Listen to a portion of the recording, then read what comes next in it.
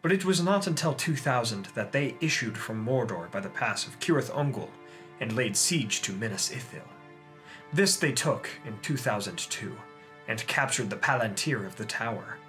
They were not expelled while the Third Age lasted, and Minas Ithil became a place of fear, and was renamed Minas Morgul. Hey everyone, Yoiston here, and I hope you all are doing well, wherever you are in Middle-earth. In the spirit of the recent holiday of Halloween, today we will be talking about the mighty fortress of Gondor, turned to evil and sorcery, Minas Morgul. I'll link some related and helpful articles and videos in the description and cards as well, to further expand upon the lore we speak of here today. My friends, thank you all so much for joining me. Let's begin our tale. In the late Second Age of Middle-earth, after the downfall of Númenor and the exile of the faithful men from Westernesse to Middle-earth, the realms of Arnor in the north and Gondor in the south were thus established after 3320. Elendil was the High King of both kingdoms, but his more direct kingdom was Arnor, and he ruled from Annúminas, while his sons Isildur of Minas Ithil and Donarian of Minas Anor jointly ruled Gondor in the south at Osgiliath.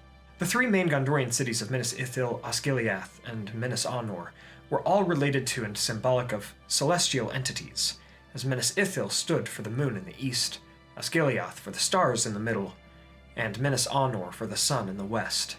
When these Númenorians had fled the cataclysm, they brought with them many profound relics that would endure in Middle-earth for ages afterwards, and some such relics were the Palantíri, the 7 seeing stones crafted by Feanor in the Elder Days.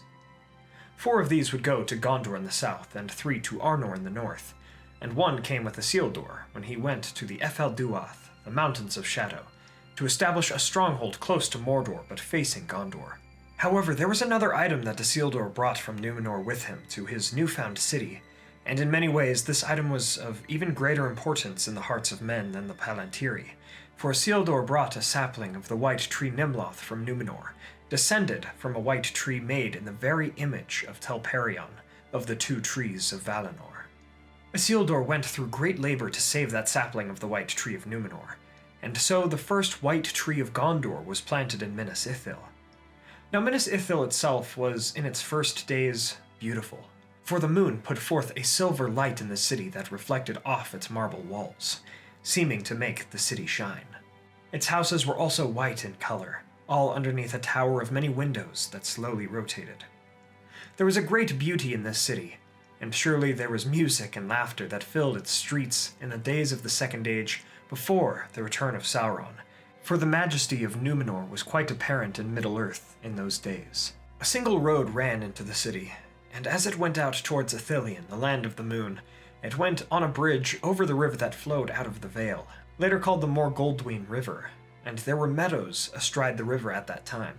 Now of course this peace in Minas Ithil would not last, and it would be this city, the city of Isildur, where the War of the Last Alliance would begin in 3429 of the Second Age.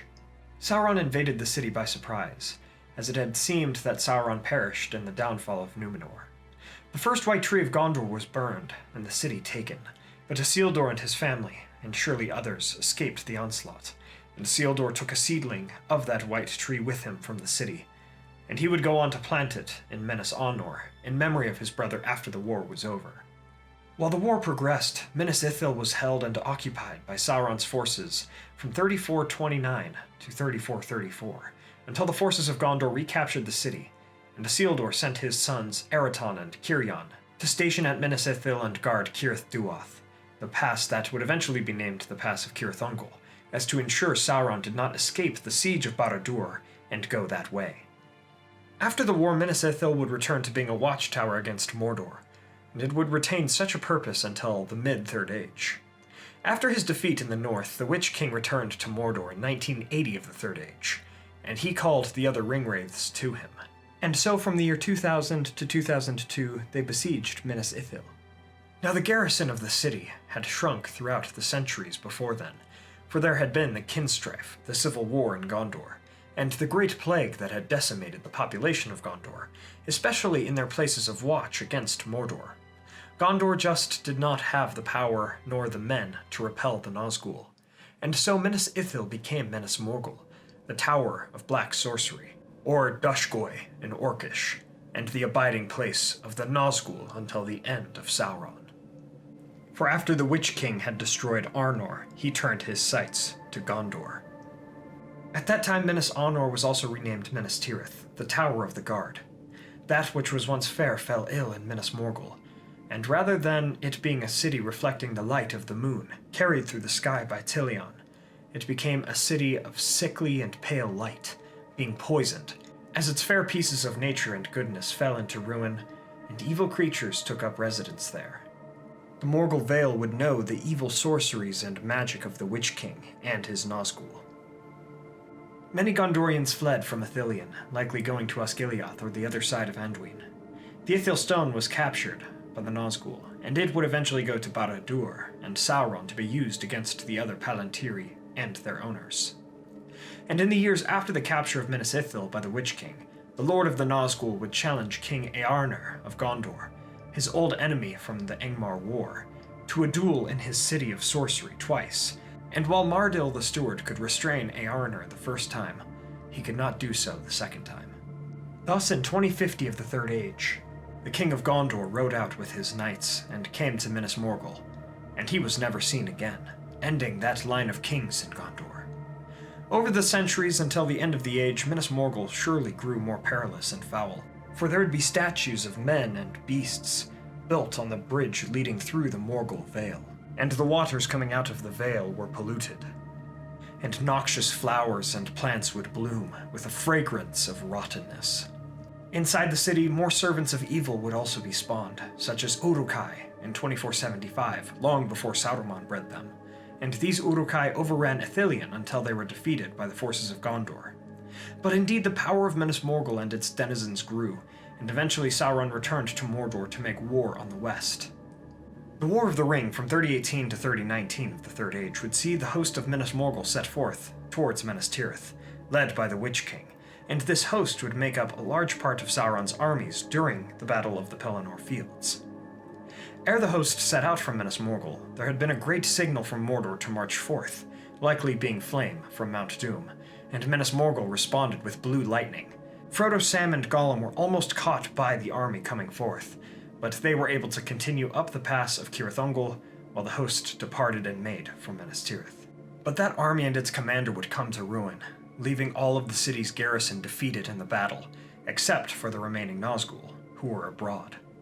And so after the battle, the host of the West made for the Black Gate to divert Sauron's attention from the Ring-bearer, but on their way they destroyed the bridge leading to Minas Morgul, taking a bit of a detour into the Morgul Vale, and they set the fields of those noxious plants aflame, for the Vale was filled with fear and hatred. And so after the ring was destroyed and Sauron defeated, Minas Morgul was left abandoned, and eventually Prince Faramir and his wife Éowyn, as well as their white company, would come to dwell in Emin Arnon in Ithilien, being those closest to the city.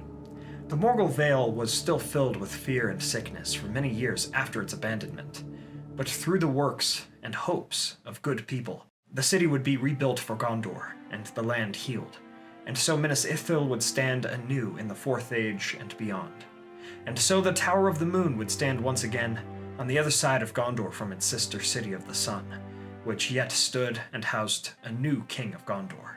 And that new king planted a new white tree in Minas Anor, so the legacy of it lived on also. Thus we come to the end of our tale about the history of Minas Morgul. From the tale of the Tower of the Moon, we see how we must steward that which is beautiful and good in this world, and if there are things that fall into ruin, we should heal them for the days to come.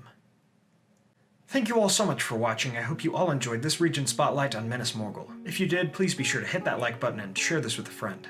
What are your thoughts, questions, additions, and corrections about the history of Minas Morgul? Let me know in the comments below. I love the thematic dichotomy between Minas Anor and Minas Ithil, and it's great to see that a place of goodness and lore, even though it was tainted by evil, could still be rebuilt and remade. To further support the channel, please check out our music channel, Facebook, Twitter, merch, and Patreon for podcasts and Discord server. Links for all of those are in the description below. Ryan and I just did a podcast discussing some Patreon theories about Middle-earth that I haven't made into videos, as well as some recent Amazon show news and controversy. If that sounds interesting, please consider donating to our Patreon. I want to shout out our Valar tier patrons over on Patreon: Adrian De La Torre, Chris Ortner, Peter Shepard, Samuel McBee, Jonathan Putnam, Mark Kralik, and Blair Scouten. Thank you guys so much. The support means a lot. Finally, don't forget to subscribe and hit that bell button to join the Men of the West and all of the Free Peoples today, and I will see you all again next week with a video on an Elven Lord's character history. A poll for which elf that will be is up on our community tab, so please head on over there to vote. Everyone, as always, thank you all so much for joining me on this adventure. Until the next one, my great friends.